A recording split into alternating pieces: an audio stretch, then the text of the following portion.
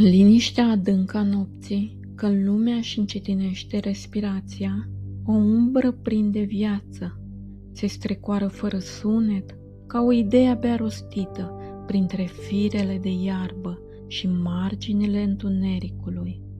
Nu impresionează prin forță și nici prin mărime, dar în tăcerea ei se ascunde o inteligență rară.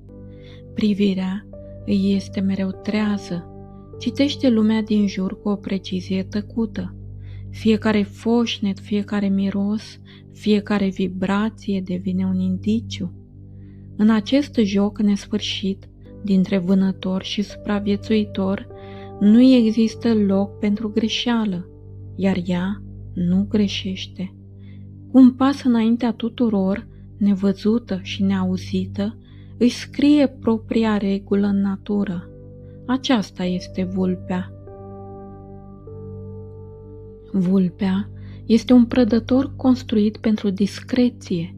Fiecare linie a corpului său spune aceeași poveste: agilitate, echilibru și precizie. Silueta suplă îi permite să se strecoare nevăzută, iar coada lungă și stufoasă nu este doar un detaliu estetic, ci un instrument esențial. O ajută să-și mențină echilibrul și în același timp devine un mijloc subtil de comunicare. Simțurile sale sunt rafinate până la detaliu, auzul extrem de fin, poate detecta chiar și mișcările ascunse sub zăpadă. Mirosul o ghidează pe distanțe mari, dezvăluindu-i prezențe invizibile, iar vederea, adaptată pentru lumina slabă, o transformă într-un vânător eficient în amurg și noapte. Comunicarea nu este niciodată întâmplătoare. Sunetele variază de la lătrate scurte la țipete ascuțite, fiecare având un sens precis. Marcajele olfactive delimitează teritorii invizibile, iar postura corpului transmite intenții fără nevoie de zgomot. În lumea vulpii, comunicarea este discretă, dar perfect controlată. În România, această lume este dominată de vulpea roșie, una dintre cele mai răspândite și adaptabile specii de pe glob. Capacitatea ei de a se adapta este remarcabilă. O întâlnim în păduri, pe câmpii, în zone agricole sau la poalele munților. Uneori se apropie chiar de marginea orașelor, acolo unde prezența omului devine o oportunitate. Deși în esență este un animal solitar, vulpea nu trăiește la întâmplare, își definește clar teritoriul, îl marchează și îl cunoaște în cele mai mici detalii. Noaptea devine momentul ei, atunci în liniștea întunericului se mișcă aproape invizibilă, urmând trasee bine stabilite între vizuină și zonele de vânătoare. Iar atunci când vânează, vulpea nu se bazează pe forță, ci pe inteligență. Ascultă, așteaptă, calculează. Sub stratul de zăpadă sau iarbă, prada devine doar o vibrație fină. Într-o clipă sare vertical cu o precizie uimitoare. Este un gest spectaculos, dar mai ales eficient, semnătura unui prădător care nu își permite greșeli. Atacul este rapid, calculat și decisiv. De multe ori, succesul depinde de un singur moment perfect. Iarna aduce un nou capitol. În această perioadă începe reproducerea, iar după aproximativ 2 luni, femela aduce pe lume o nouă generație de 4-6 pui. Vizuina devine un refugiu atent ales, ascuns de ochii lumii. Puii se nasc orbi și vulnerabili, complet dependenți de protecția mamei. În primele săptămâni nu părăsesc adăpostul, dar timpul trece repede.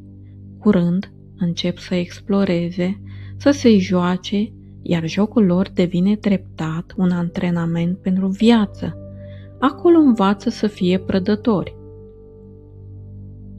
Vulpea este omnivoră, iar dieta sa reflectă perfect această adaptabilitate, de la rozătoare și iepuri până la păsări, insecte sau fructe, își ajustează hrana în funcție de oportunități. Nu este un vânător rigid, este un oportunist perfect. În natură, însă, chiar și ea are dușmani. Lupii, râșii sau păsările răpitoare pot reprezenta un pericol, mai ales pentru pui. Dar dincolo de toate acestea, cel mai mare risc rămâne omul. Vânătoarea, distrugerea habitatului și traficul rutier transformă lumea vulpii într-un spațiu tot mai dificil. Deși vulpea este un animal precaut și evită în mod natural apropierea de oameni, interacțiunile nu sunt imposibile. În cazuri rare, mai ales atunci când este bolnavă sau se simte amenințată, poate deveni agresivă. Unul dintre cele mai cunoscute riscuri este transmiterea rabiei, o boală gravă, dar astăzi rară în multe regiuni datorită măsurilor de control. În mod normal, însă vulpea preferă să se retragă. Conflictul apare doar atunci când echilibrul este perturbat. Ea nu hibernează, trăiește fiecare sezon la intensitate maximă, adaptându-se constant schimbărilor din jur. Rolul ei în natură este esențial. Controlează populațiile de rozătoare, contribuie la echilibrul ecosistemelor și susține sănătatea mediului. Este un mecanism fin, dar vital în ordinea naturală.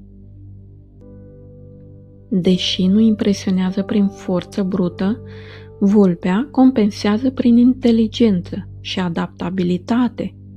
Poate auzi prada ascunsă sub zăpadă, își memorează teritoriul cu precizie și își folosește coada nu doar pentru echilibru, ci și pentru semnale subtile. Uneori își ascunde hrana pentru mai târziu, un alt semn al unei strategii bine gândite.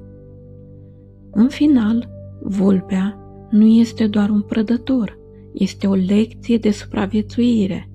Într-o lume în continuă schimbare, nu cei mai puternici rezistă, ci cei care știu să se adapteze. Într-o lume în care forța pare să decidă totul, vulpea demonstrează contrariul. Inteligență, adaptare, răbdare. Nu este cea mai puternică, dar este una dintre cele mai eficiente.